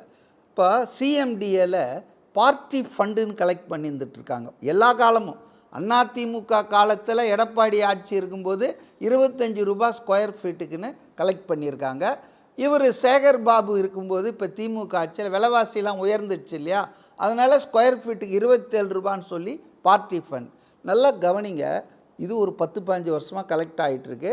ஒரு அரசு நிறுவனமான சிஎம்டிஏ ஆளுங்கட்சிக்கு மக்கள்கிட்ட, எந்த மக்கள் அப்ரூவல் கேட்டு வராமல் பாருங்க, பப்ளிக் லூட் நடந்துருக்குதுன்ற நான். இதில் வந்து திமுக அதிமுக 2 பேருக்கிட்டே எந்த வேற்றுமே இல்லை. நீங்கள் சொன்னீங்க 2 பேர் பேசுகிறதே ஒன்றா இருக்குதுன்னு, எல்லாத்துலேயுமே அவங்க 2 பேர் ஒன்று தான். இதை தான் பெருந்தலைவர் காமராஜர் இல்லை அப்பவே சொன்னார். ஒரே குட்டையில் ஊறிய மட்டைகள்னு அப்பவே சொல்லிட்டாரு. 2 பேருக்குள்ள பெரிய, ஏன்னா நான் சொல்கிறேன், நீங்கள் வந்து திமுக பேச்சாளர் சொன்னார், என்னங்க இது மாதிரி வந்து ஜெயிச்சிட்டாங்க 108, இவங்க வந்து மற்ற கட்சிகள் இவங்களை எதிர்த்து ஓட்டு கேட்டவங்களாம் சேர்த்தாங்களேன்னாங்களே. அது வந்து போஸ்ட் போல் அலையன்ஸுங்க, ஓப்பனாக நடக்குதுங்க. ஒரு கட்சிக்கு பெரும்பான்மை வரலன்னா கலைச்சிட்டு அடுத்த தேர்தலுக்கு போனோமா. There are methods, pre poll alliance, post poll alliance. ஆனால் இவங்க எதுவுமே இல்லாமல் 4ஆம் தேதி தேர்தல் முடிவு வர வர எடப்பாடி முதல்வராக்க ஸ்டாலின் கூட்டணி கட்சி தலைவர்களை பேசினார். இது எந்த வகையில், இது என்ன எந்த ஆதாரம் வகையில இருக்கு? கொள்கை, எந்த ஆதாரமா ஆதாரமா சொன்னாரு? எல்லாரும் இல்ல, எல்லாரும் சொல்லிட்டாங்க, எல்லாமே எல்லாரும் சொல்லிட்டாங்க. இல்ல இல்ல முழு லீடர் சந்திச்சு பத்திரிகையை பேசினாங்களா? ரெண்டு லீடர் சந்திச்சு பேசிட்டாங்களா? இல்ல சார், இல்ல, என்ன கேக்குறேன். திருமாவளவன் பேச்சுவார்த்தை இல்ல. நடக்கவே இல்லங்கறீங்களா? திருமாவளவன் அடுத்த நாளே என்ன பேட்டியில சொன்னாரு? இல்ல, அது வந்து கிசுகிசுன்னு சொன்னார்ல. என்னோட கேள்வி ஒண்ணே ஒண்ணுதான். இரண்டாம் கட்ட தலைவருக்கு என்னோட கேள்வி ஒண்ணே ஒரு ஒண்ணுதான். விருப்பம் தெரிவிக்கப்பட்டது. என்னோட கேள்வி ஒண்ணே அவரு ஒண்ணுதான். முழு அதுக்கு பதில் பத்திரிகையை சொல்லணும். ஒரே அதை மறைக்க வேண்டிய அவசியம் எனக்கு இல்லைண்ணே. இல்ல சார், என்னோட கேள்வி ஒண்ணே ஒண்ணுதான். இந்த பேச்சுவார்த்தை நடக்கவே இல்லையா? பேச்சுவார்த்தைக்கு இரண்டாம் கட்டத்தில் இருக்கக்கூடியவர்கள் சிலர் விரும்பினார்கள், முடியாதுன்னு தலைவர் சொல்லிட்டாரு. இதான் நிகழ்வு. தலைவர் அழகா அடுத்த நாள் காலையில திமுகவின் சண்முகம் சாரும் இடதுசாரிகளும் எல்லாருமே ஸ்டாலின் அவர்களே கூப்பிட்டு கேட்டாருங்கறத அவங்களே ஒத்துக்கிட்டு இருக்காங்க, சொல்லிருக்காங்க. அவங்க ஒரு கட்சியோட தலைவர்கள், அவங்க எப்படி போய் சொல்லுவாங்க? இருங்க, 4ஆம் தேதி போன உடனே போய் சொல்லுவாங்க. இது என்ன சார்? 4ஆம் தேதி அவங்க எங்க சார் போறாங்க? அது என்ன இருக்கு? அண்ணா என்ன பதில் சொல்ல விட்டுருங்க. நேற்று அண்ணா ஒரு நிமிஷம். முந்தானத்து வரைக்கும் வந்து கூட்டணியில தான் மேடம் இருந்தாங்க. மேடம் என்னுடைய டைம்ல அவங்க டைம்ல அதெல்லாம் பதில் சொல்லிட்டு புரிஞ்சு வச்சுக்கிட்டு, அதாவதுங்க நான் மற்றவங்களெல்லாம் விட்டுட்டேன். வீரபாண்டியன் சொன்னதையோ, சண்முகம் சொன்னதையோ, திருமாவளவன் பல்ட்டி அடிச்சது எல்லாத்தையும் நான் விட்டுட்டேன். நான் என்ன சொல்கிறேன்னா, பேராசிரியர் காதர் மொய்தீன் நிதானமான அரசியல்வாதி, இந்தியன் யூனியன் முஸ்லீம் லீக், அவர் உள்பட சொல்லிட்டாருங்க கடைசியாக வந்து ஸ்டாலின் அவர்கள் வந்து எங்களை அழைத்து நாங்கள் இப்படி முடிவு பண்ணியிருக்கிறோம், நீங்களும் நம்ம கூட்டணி கட்சிகளும் ஆதரித்தால் நன்றாக இருக்கும் என்று சொன்னார். அது எங்களுக்கு அதிர்ச்சியை தந்ததுன்னு பொதுவெளியில தொலைக்காட்சி நேர்காணல்ல சொன்னாருங்க. அமைச்சர் ரெண்டாவதுங்க,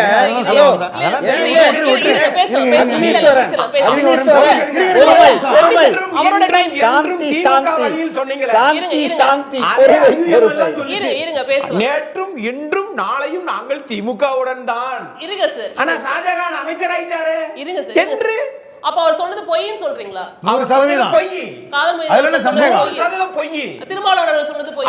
இல்ல, அவரு தான் கிசுகிசுனா பேசினாரு. இருங்க, இது எல்லாம் இரண்டாம் கட்ட நடந்தது. பேபி அவர்கள் சொன்னது, இருங்க சகோதரி, பேபி அவர்கள் சொன்னது சகோதரி, பொய்யா?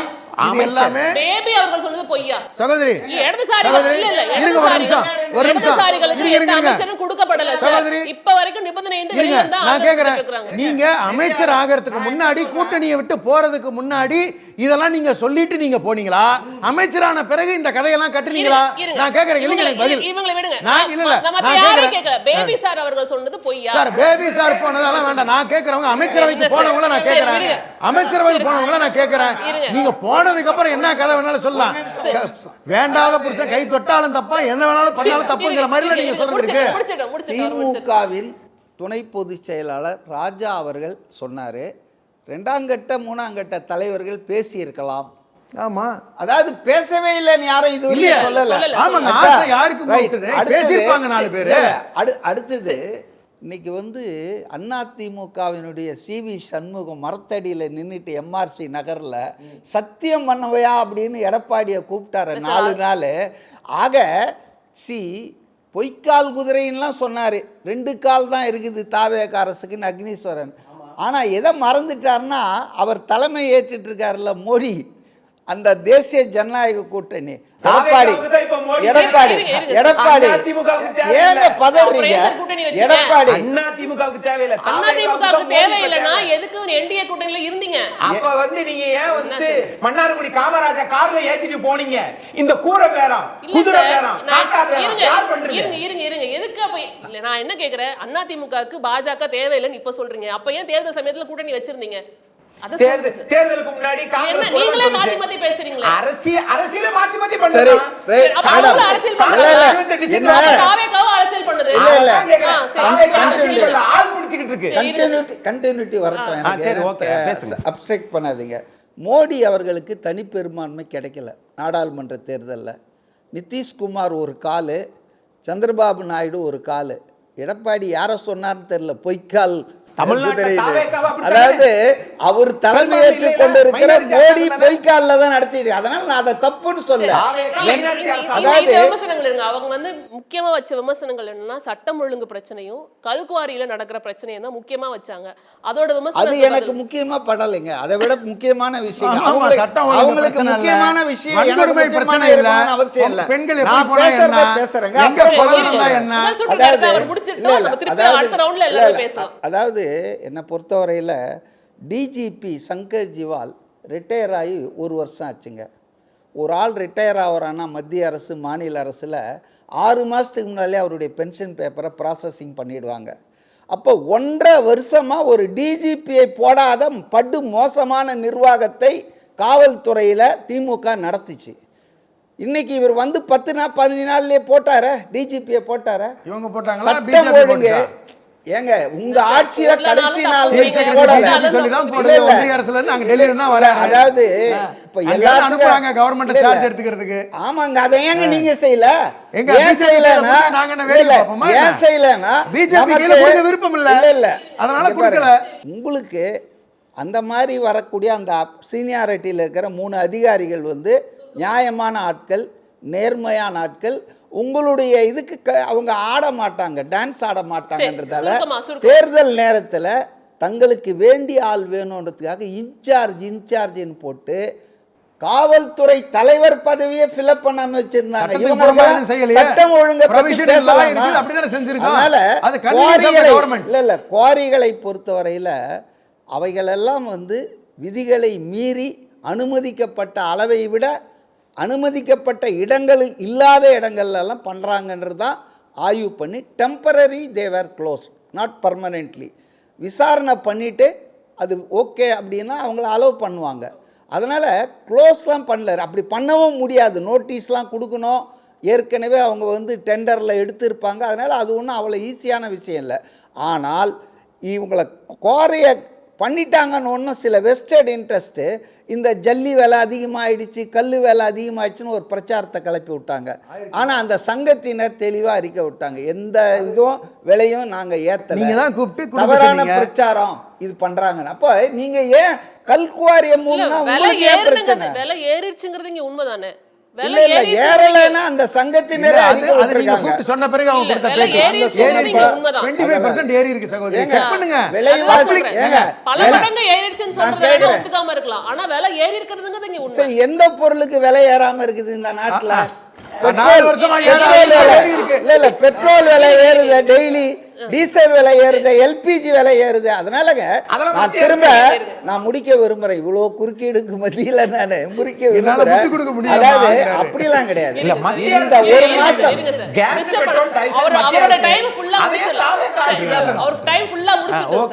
அதாவது ஒரு மாசம் என்பது ஒரு அரசாங்கத்தை பற்றிய மதிப்பீட்டு செய்வதற்கு போதுமான காலம் இல்லை என்பதால் நான் அதை பற்றி இப்போ சொல்ல விரும்பலை. ஆனால் நம்பிக்கை அளிக்கிற துவக்கமாக இருக்கிறது பல்வேறு விஷயங்கள்ல அப்படின்றது தான் என்னுடைய ஒரு புது கொடுத்திருக்கு. அது மட்டும் புது நம்பிக்கை இருக்குது.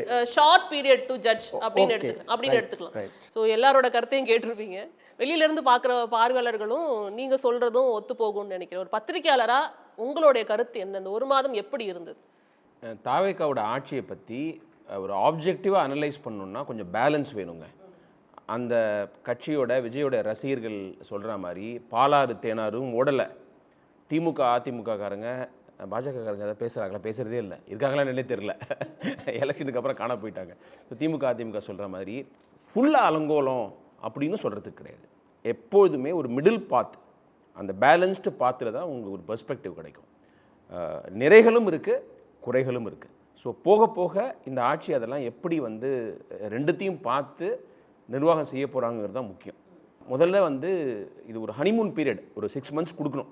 அதுவும் ஆட்சி அனுபவமே இல்லாத 107 எம்எல்ஏஸில் வந்து 101 பேர் ஃபஸ்ட் டைம் எம்எல்ஏஸ் இருக்கிற ஒரு கட்சிக்கு வந்து கொஞ்சம் டைம் கொடுக்கணும். அது ஒரு ஒரு ஒரு ஃபேர்னஸ் நான் நினைக்கிறேன். அது செஞ்சுட்டு தான் நம்ம பேசணும். ஆனால் இப்போ இருக்கிற அரசியல் சூழ்நிலையில் எலெக்ஷனுக்கு முன்னாடி தாவேக்கா பேசின பேச்சு இதெல்லாம் வச்சு பார்க்கும்போது எல்லோரும் ரியாக்ட் பண்ணுறாங்க. ஸோ அதனால் வந்து அந்த ரியாக்ஷனே நம்ம வந்து தப்புன்னு சொல்லக்கூடாது. என்னங்க நீங்கள் அவங்களுக்கு டைமே கொடுக்க மாட்டேங்கிறீங்க, நீங்கள் என்னென்ன பேசலாம் பேசுனீங்க, விஜய் என்னென்னலாம் பேசியிருக்கிறாரு, அதனால நீங்கள் வந்து ஜனநாயகத்தில் எல்லா குரல்களுக்கும் வந்து மதிப்பு இருக்குது. அது எல்லாத்தையும் நம்ம வந்து கூர்ந்து கவனிக்கணும். நான் ஃபஸ்ட்டு பாசிட்டிவை சொல்கிறேன். மதிவாணன் சார் சொன்ன மாதிரி இந்த 8 பட்டியலினத்தை சேர்ந்தவங்களுக்கு வந்து அமைச்சரவையில் இடம் கொடுத்துருக்கிறது, அதுவும் ஒரு நல்ல போர்ட்ஃபோலியோஸ் கொடுத்துருக்கிறது வந்து ஒரு பெரிய புரட்சிங்க. அது அது அம்பேத்கரை பற்றி விஜய்க்கு புரிதல் இருக்கா, சமூக நீதி சமத்துவத்தை பற்றி அவருக்கு ஒரு பெரிய ஒரு அண்டர்ஸ்டாண்டிங் இருக்காங்கிறதுலாம் எனக்கு தெரியாது, போக போக தான் தெரியும். பட் ஃபார் அ ஸ்டார்ட் அது ஒரு டோக்கனிசமாக இருந்தாலும் மிக சிறப்பான ஒரு என்ன சொல்கிறது, அது வந்து ஒரு செயல் நான் சொல்லுவேன். விஜய் பார்ட்டில் 8 பேருக்கும் நல்ல போர்ட்ஃபோலியோஸுங்கிறது பெரிய விஷயம். இப்போ வந்து செழியனுக்கு வந்து 5 வருஷம் கொடுக்கல, 2 வருஷம் தான் கிடச்சிது. அதுக்கு முன்னாடி ஒரு 3 பேர் இருந்தாங்கல்ல, கயல்விழி, மதிவாணன், மதிவேந்தன், அதுக்கப்புறம் கணேசன். அவங்களுடைய குரலை டிவியை ரெகுலராக பார்க்குறவங்க தமிழ்நாட்டில் கட்சி சாராதவங்கள்ட்ட நீங்கள் அவங்க குரலை போட்டு இது யாருன்னு ரெகக்னைஸ் பண்ண சொல்லுங்கள். நான் உங்கள் சேனலுக்கே ஒரு சேலஞ்ச் பண்ணுறேன், யாராவது அதை ரெகக்னைஸ் பண்ணிட்டு. Mathivendhan was wonderful performer. இல்லை பெர்ஃபார்மர்னு நீங்கள் சொல்லலாம், நான் சொல்கிறது கேட்டு இல்லை நீங்கள் தொடர்ந்து கமெண்ட்ரி கொடுக்காதீங்க, ஃபுல்லாக அப்புறம் பேசுங்க. அதாவது அவங்களுடைய குரலை நடுநிலையாக உள்ளவங்க ரெகுலராக டிவி பார்க்குறவங்க ரெக்கக்னைஸ் பண்ணிட்டா அது நான் வந்து அவங்க சொல்கிறத நான் பண்ணுவேன். என்ன எதுக்கு சொல்கிறேன்னா, அவங்களோட போர்ட்ஃபோலியோஸ் அவ்வளோ வீக்கான போர்ட்ஃபோலியோஸ். பேசுகிறதெல்லாம் யார் பேசுவான்னா, தங்கம் தென்னரசு, சிவசங்கர், நேரு, சேகர் பாபு, இவங்களுக்கு தான் அந்த வாய்ஸ் இருந்தது. அந்த வாய்ஸ் கூட டிவியில் நியூஸில் வராத மாதிரி துறைகள் வச்சுருந்தாங்க அவங்க. ஏன் நீங்கள் தான் சமூக நீதியில் சாம்பியன் ஆச்சே. ஒரு பட்டியலினத்தை சேர்ந்தவரை உயர்நீதிமன்ற நீதிபதி ஆக்குனீங்களா, அது எத்தனை வாட்டி சொல்லியிருக்கீங்க. ஏன் வந்து உங்கள் கட்சியில் நீங்கள் வந்து அவங்களுக்கு முக்கியமான பொறுப்பு கொடுக்க முடியல? 78 மாவட்ட செயலாளர்கள் எத்தனை தலித் இருக்கிறாங்க, ஏன் கொடுக்கல சொல்லுங்கள். அதுக்கு ஏதாவது சட்ட திருத்தம் பண்ணணுமா, பார்லிமெண்ட்டில் ஏதாவது சட்டம் ஏற்றணுமா? திரு ஸ்டாலினே சொல்லலாம்ல, 20% தலித் இருக்கிறாங்க, அதனால் ஒரு 15 மாவட்ட செயலாளர் தலித் இருக்கணும்னு ஏன் சொல்ல முடியாது? சென்னை, திருவள்ளூர், காஞ்சிபுரம், வேலூர் மாவட்டங்களில் தலித் மக்கள் அவ்வளோ அடர்த்தியாக வசிக்கிறாங்க. எத்தனை மாவட்ட செயலாளர் வச்சுருக்கீங்க நீங்கள்? ஏன் வைக்கல சொல்லுங்கள். துணை செயலாளர் இந்த கதையெல்லாம் சொல்லக்கூடாது, மாவட்ட செயலாளர் பொறுப்பு தான் வெயிட். ஏன் கொடுக்கல? இப்போ வாரிசு அரசியலில் ஏன் தலித் அமைச்சர்களுக்கோட வாரிசுகள் மட்டும் வரமாட்டேங்கிறாங்க? நேருவோட பையன் வராரு, துரைமுருகன் பையன் வராரு, ஐ பெரியசாமி பையன் வராரு, எல்லாருடைய பையனும் வராங்க. ஏன் வந்து தலித் அமைச்சர்களுடைய பசங்க ஏன் வரமாட்டேங்கிறாங்க? அல்லது தலித் அமைச்சர்களுக்கு ஏன் கண்டினியூட்டி கிடைக்க மாட்டேங்குது? 2006 அதனால தான் தாவே காட்சிக்கு வந்திருக்கா சார். மக்கள்கிட்ட சொல்லுங்க. உங்களுக்கு கோபம் வரும், நீங்க ஒண்ணும் பண்ணல. நீங்க உங்களுக்கு சாதி, அதாவது அதிமுக ஒரு கட்சிக்கு சாதி பிரச்சனை இருக்கிறது தெரியாது. அந்த மாதிரி ஒரு மழுமட்டியான அந்த கட்சி வந்து கவுண்டர் வெர்சஸ் தேவராய் தான் அந்த கட்சிக்கு சமூக அவரோட டைம் முடிச்சிருக்கு சார். கண்டிப்பா give some time sir. இல்ல அது என்னங்க நான் ஆரம்பத்தே முடிச்சிட்டு சார், அதுக்கு அப்புறம் நீங்க எவ்வளவு முடிக்கிறது இல்ல அவருக்கு அவருக்கு ஆரம்பத்திலே பதில் சொல்லிட்டேன். விஜய்க்கு இல்ல விஜய் இந்த மாதிரி 9 அமைச்சர் கொடுத்ததனால தான் தாவே கண்ணு 50 வருஷம் ஆட்சிக்கு போக சொல்றாங்க. என்ன சொல்றீங்க? அது வந்து ஒரு பெரிய மாற்றம்னு அவர் சொல்றாரு. நம்ம பாருங்க. இல்ல இது பாருங்க, அவருக்கு இல்ல இது பாருங்க, அந்தி சார் அவரோட கருத்துக்கு பதில் கருத்து உங்களோட ரவுண்ட நீங்க சொல்லுங்க. I will give some time. Right. அந்த கண்டிப்பா திமுக எல்லாத்துக்கும் டைம் கொடுக்கணும் அப்படினு சொல்றீங்க.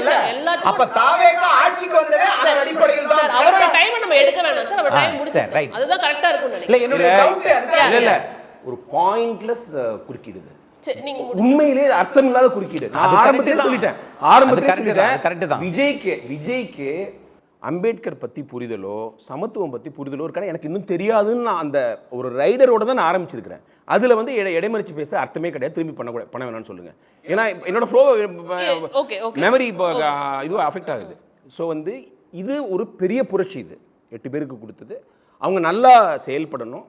இங்கே திமுக 9 பேர் சார், 8 பேர் தாங்க.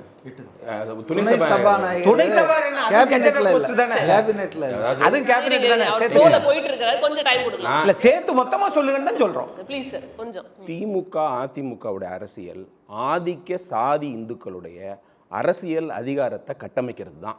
சிம்பிளாக ஒரு லைனில் சொல்லணும்னா, திமுகவது அட்லீஸ்ட் இந்த ப்ராப்ளம் இருக்குது, தலித் மக்களுக்கு ரெப்ரசன்டேஷன் கொடுக்கணும், இதை பற்றி நம்ம யோசிக்கணும்னு நினைப்பாங்க. அவங்களுக்கு என்ன பிரச்சனைனா, அதுமாரி கொடுத்தா ஆதிக்க சாதி இந்துக்கள்லாம் சேர்ந்து கேங்கப் பண்ணி நம்மளை தோக்கடிச்சிருவாங்கங்கிற ஒரு பயத்தினால கொடுக்க மாட்டாங்க. அப்போ தொடர்ந்து அவங்க தேர்தல் அரசியல் பண்ணிட்டு இருந்தாங்க. கருணாநிதி அவர்களுக்கும் ஸ்டாலின் அவர்களுக்கும் தலித் மக்கள் மேலே நிச்சயமாக அன்பு உண்டு.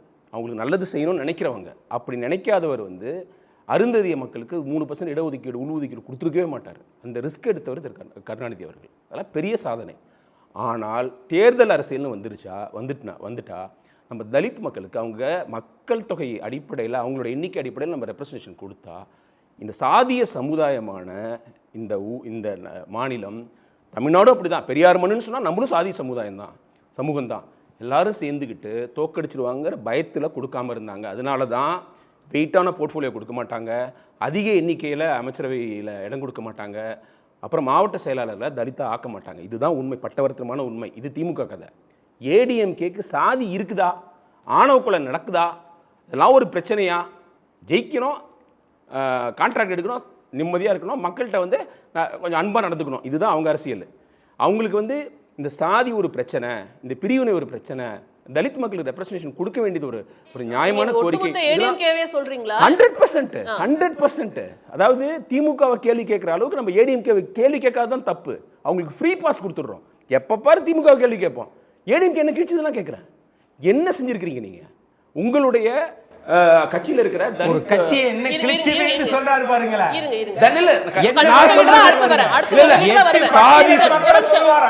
ஆனா 2 ஐயருக்கு அமைச்சர் பதவி கொடுத்தத பேச மாட்டாங்க.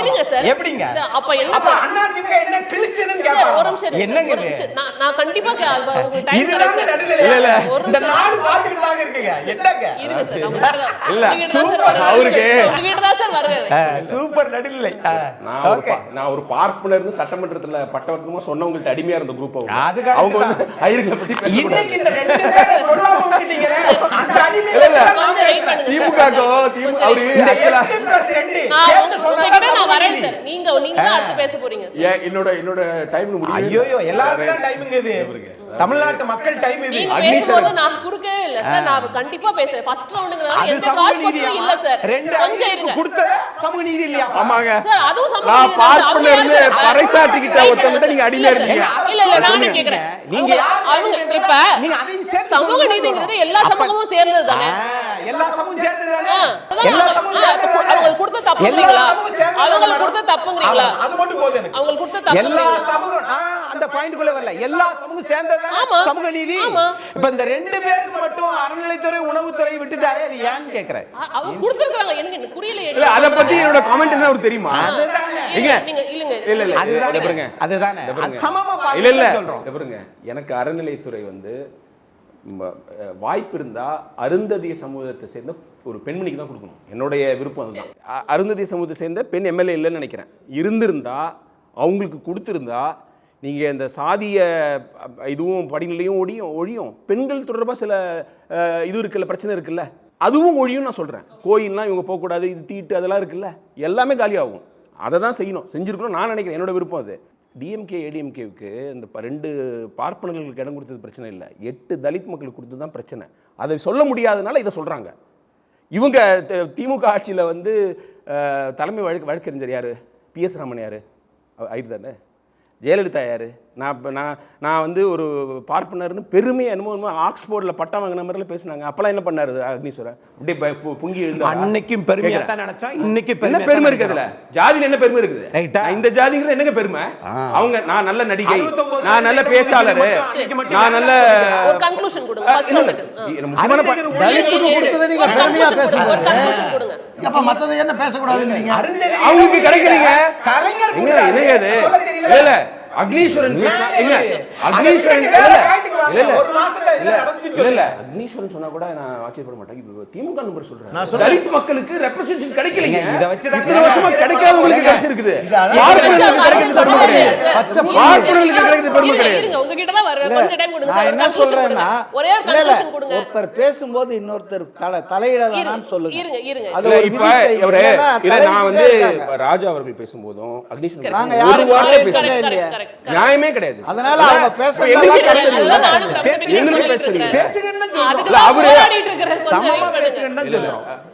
நான் என்ன சொல்ல வந்தேன்னா, இது பாசிட்டிவே முடிக்கல. இது வந்து என்ன பொறுத்த வரைக்கும் ஒரு பாசிட்டிவ். அடுத்தது புதுமுகங்கள்.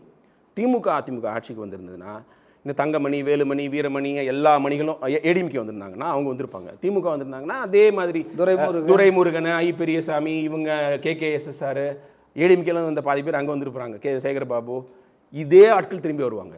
இப்போ வந்து புதுசாக இளைஞர்கள் வந்திருக்காங்க. அவங்களோட திறமை வந்து எனக்கு தெரியாது, but it's a great opportunity.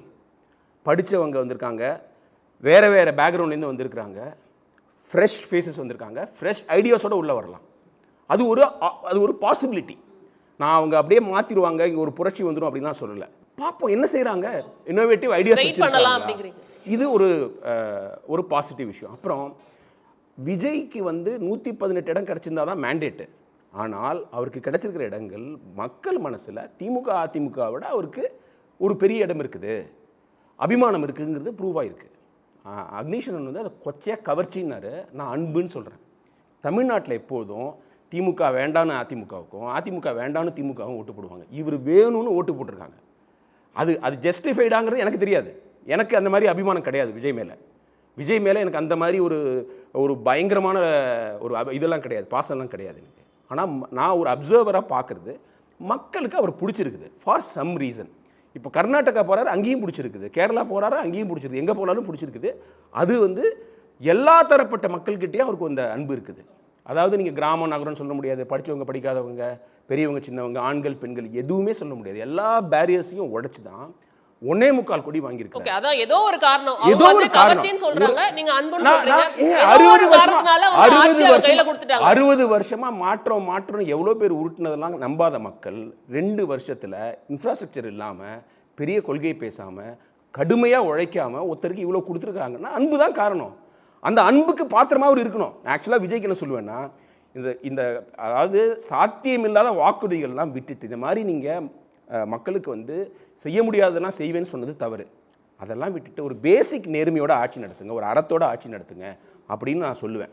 Negative என்னன்னு சொன்னீங்கன்னா, இப்போ வந்து கொடுத்த வாக்குறுதிகள் அது வந்து ஃபீஸிபிளா, அதுக்கு நம்மளுக்கு பணம் இருக்கா, சாத்தியமா, தாய்மாமன் சீரு, 1 பவுன் திருமணத்துக்கு, வேலையில்லா பட்டதாரிக்கு 4000, 2500 வாரி வழங்கியிருக்கிறார். அதெல்லாம் பார்க்கும்போது அவர் ஆட்சிக்கு வரணுங்கிற நம்பிக்கையில் கொடுக்கல. நம்ம வந்து 2031 தான் நம்மளோட டார்கெட்டு. இப்போ சும்மா கொடுத்து வச்சுருவோன்னு கொடுத்த மாதிரி இருக்குது. அதெல்லாம் ரொம்ப ரொம்ப தப்பு. அவர் வந்து இனிமேலாவது திருந்தணும். எது வந்து சாத்தியமோ அதை மட்டும்தான் சொல்லணும். டிவிகேவுக்கே வந்து நான் டூ மச் டூ ஏர்லி நான் நினைக்கிறேன்.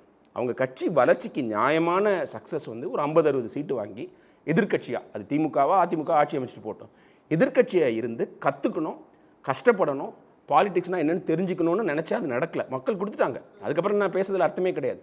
கொடுத்ததுக்கப்புறம் இனிமேலாவது இந்த பேசிக் நேர்மையோடு நடத்தணும். அப்புறம் சட்டம் ஒழுங்கை பற்றி திமுக ஆட்சியில் இருக்கும்போது வாய்க்கு வந்ததெல்லாம் பேசினார். சட்டம் ஒழுங்கு எல்லா ஆட்சியிலையும் பிரச்சனையாக தான் இருக்கும். தமிழ்நாடு வந்து ஒரு கண்ட்ரி சைஸ் உள்ள மாநிலங்க, ஏகப்பட்ட பிரச்சனைகள் இருக்கும். அதில் நீங்கள் வந்து அந்த சட்டம் ஒழுங்கு முன்னேறணும்னா கலெக்டிவ் எஃபர்ட் வேணும். போலீஸ் அரசாங்கமும் செய்யணும், பொதுமக்களுக்கும் பொறுப்பு இருக்குது, இந்த சமூகத்துக்கு பொறுப்பு. தொடர்ந்து இந்த சட்டம் ஒழுங்கு பத்தி பேசும்போது மட்டும் எல்லாருமே இது வந்து தவிர்க்க முடியாது மாடர்ன் அர்பன் லைஃப்ல, மாடர்ன் சமூகத்துல வந்து தவிர்க்க முடியாதுன்னு சொல்றதை வந்துட்டு எப்படி ஏத்துக்க முடியும்? மக்கள் வந்து அதை ஏத்துக்கல. நான் என்ன சொல்றேன்னா, இங்க வந்து அரசாங்கத்தில் இருக்கிறவங்க இது இப்படிதாங்க நடக்கும்னு சொல்ல முடியாது. நான் பிராக்டிக்கலா பேசுறேன். நீங்க திமுக ஆட்சியில எக்ஸாஜரேட் பண்ணாரு இவரு. ஏதோ ஒரு 2 பேரே தான் சொல்றேன். அவங்களும் என்ன சொன்னாங்கன்னா, அந்த டைம்ல வந்து எல்லாருமே பத்திரிகையாளர்களா இருக்கிறவங்க எல்லாரும் என்ன சொல்றாங்க, நீங்க வந்து அதை ஊதி பெருசாக்குனது இப்போ உங்களுக்கே அது வந்து ஆபத்தா முடிஞ்சிருக்கு அப்படின்னு சொல்றீங்க. ஆனா அது வேண்டாங்கிறதுனால தான் இது ஏன் கட்டுப்படுத்த முடியாதுன்னு நினைக்கிறீங்க? கட்டுப்படுத்தணும். சிங்கப்பூரோடையும் துபாயோடையும் கம்பேர் பண்றோம். அப்ப அங்கெல்லாம் என்ன சட்டம் ஒழுங்கு பிரச்சனை வந்துட்டு இருக்கு, இப்ப அங்க எப்படி கட்டுப்படுத்துறாங்க அப்படிங்கிற கேள்வி இல்ல. நம்மளும் கட்டுப்படுத்தணும், அதற்கான முயற்சியை செய்யணும். இப்ப மதிவானன் சார் சொன்ன மாதிரி இவர் திமுக நண்பர் சொன்னார் இல்லையா, இந்த மாதிரி டிஜிபி ஆர்டர் போட்டா ஐஜிக்கு போய் எஸ்பிக்கு போகணும். அந்த கேள்வி தான் கேட்குறோம். ஏன் ஃபுல் டைம் டிஜிபியை ஆகஸ்ட் 31 அப்புறம் நீங்கள் போடலை? போலீஸ் துறையை நீங்கள் ஏன் அரசியல் மயமாக்குனீங்க? சீமா அகர்வால்னு ஒரு பெண்மணி, அவங்க வந்து அந்த டிஜிபி ரேஸில் இருந்தாங்க. முன்னாள் ஐபிஎஸ் ஆஃபீஸர் ஏகே விஷ்ணுவோடைய மனைவி. அவங்களுக்கு ஒரு கட்சி சார்பு இருக்குன்னு நீங்கள் நினச்சிங்களா? ஏன் அவங்கள போடல? அந்த லேடியை பெண்கள் முன்னேற்றத்தை பற்றி ஒரு கூட்டத்தில் அவங்கள முன்னாடி நிறுத்துறீங்க. எவ்வளோ பெரிய எம்பாரஸ்மெண்ட் அது. அவங்கள நீங்கள் டிஜிபி ஆக்கிட்டு அந்த பெண்கள் சிறப்பை பற்றி நீங்கள் சொல்கிற ஒரு கூட்டத்துக்கு கூப்பிட்டுருந்தா நல்லா இருந்திருக்கும். அவங்கள ஒரு ப்ராப் மாதிரி கூப்பிடுறீங்க.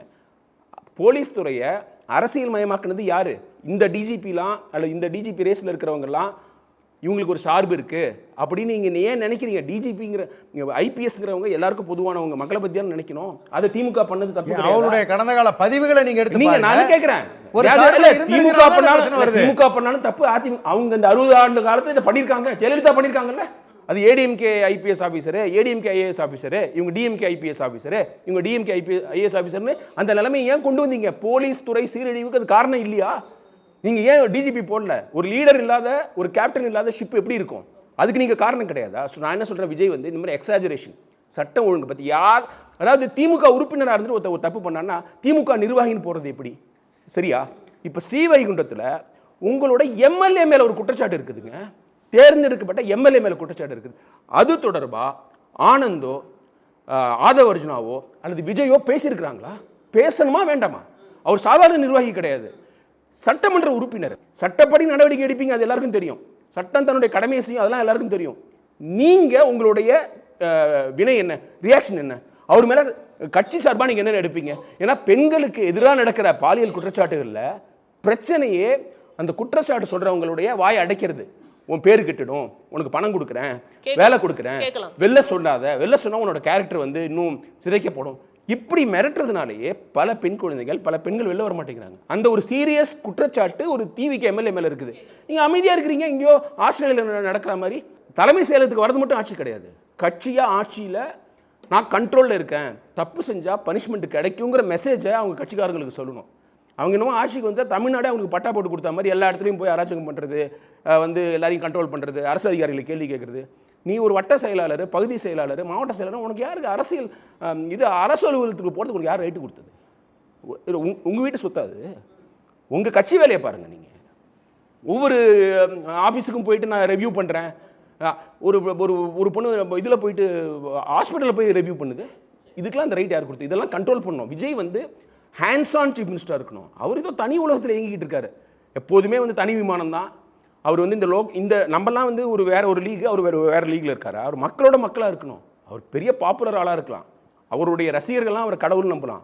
அவரே தன்னை கடவுள் நம்பிடக்கூடாது. அது பெரிய டேஞ்சர். அது ஜெயலலிதா பீரியடில் நம்ம பார்த்தோம், 91 to 96. அந்த மாதிரி போயிடக்கூடாது. அவர் வந்து இந்த ஆட்சிக்கு அவர் தான் பொறுப்பு. எந்த எம்எல்ஏவுக்கும் மக்கள் ஓட்டு போடல. எம்எல்ஏ பேரே தெரியாது, முகமே தெரியாது. போட்டது எல்லாமே விஜய்க்காக. அந்த பொறுப்போடு அவர் நடந்துக்கணும். இன்னும் ஹார்ட் ஒர்க் பண்ணணும். நான் 9 மணிலேருந்து 5 மணி வரைக்கும் இருக்கேங்கிறது ஹார்ட் ஒர்க் கிடையாது. இந்த ஆட்சியில் நடக்கிற தப்புக்கு அவர் பொறுப்பு எடுத்துக்கணும். ஒரு கடை மட்ட டிவிக்கு தொண்டன் செய்கிற அராஜகத்துக்கு அவர் தான் பொறுப்பு. அவன் மேலே என்ன நடவடிக்கை எடுக்கிறங்கிறத சொல்லணும். அப்புறம் இந்த ஊழல் லஞ்சம் ஒழிக்கிறதுக்கான முயற்சியை செய்யணும். ஒழிச்சிட்டோன்னு பெருமடிச்சக்கூடாது. பெருமடிச்சு அடிச்சு தான் திமுக தோற்றுருக்குறாங்க. தமிழ்நாட்டில் யாருமே பெருமடிச்சக்கூடாது. உண்மையாக உழைக்கணும். அதை செய்கிறதுக்கான முயற்சியை அவர் செய்யணும், செய்வாருன்னு எதிர்பார்க்கணும். இப்போ நடந்து கொண்டு இருக்கக்கூடிய நிகழ்வு, அந்த ஸ்ரீவைகுண்டத்தில் பாதிக்கப்பட்ட பெண் டிஐஜி ஆஃபீஸில் இப்போ கம்ப்ளைண்ட் கொடுத்துருக்காங்க. ஒரு அரசினுடைய தன்மை என்ன எப்படியா இருக்கணும்னா, அப்படி ஒரு கம்ப்ளைண்ட் வந்த பிறகு எப்படி நடவடிக்கை எடுக்கப்பட்டிருக்கிறது? எம்எல்ஏ அந்த குற்றத்தை செஞ்சாரு. அப்படி பேசக்கூடாது. திரு ஜோசப் விஜய் அவர்கள் பிரதமர் முன்னாடி பேசினதே கடந்த 60 ஆண்டு காலம் இவ்வளவு சாதனை செய்திருக்கிறது. நானும் அந்த சாதனை எல்லாம் செஞ்சாங்க, ஊழல் அதை விட அதிகமா செஞ்சுட்டாங்க. அதான் பிரச்சனை. காங்கிரசும் சேர்த்து கடந்த 75 ஆண்டு காலத்துல இவ்வளவு கிடையாது. டிவிஏ பேட்ச் போட்டுருந்தா கவலையே படாதீங்க. யாருமே உங்களுக்கு ரெக்கமெண்டேஷன் சொல்ல மாட்டாங்க. புடிச்சு உள்ள வைங்க. சட்டப்படி என்ன செய்யணுமோ முதல் மேடையிலே அதை பேசுறாருல சார். பத்தாதுங்க. அவர் தலைவரா இருந்து அதெல்லாம் டிராமா சார்.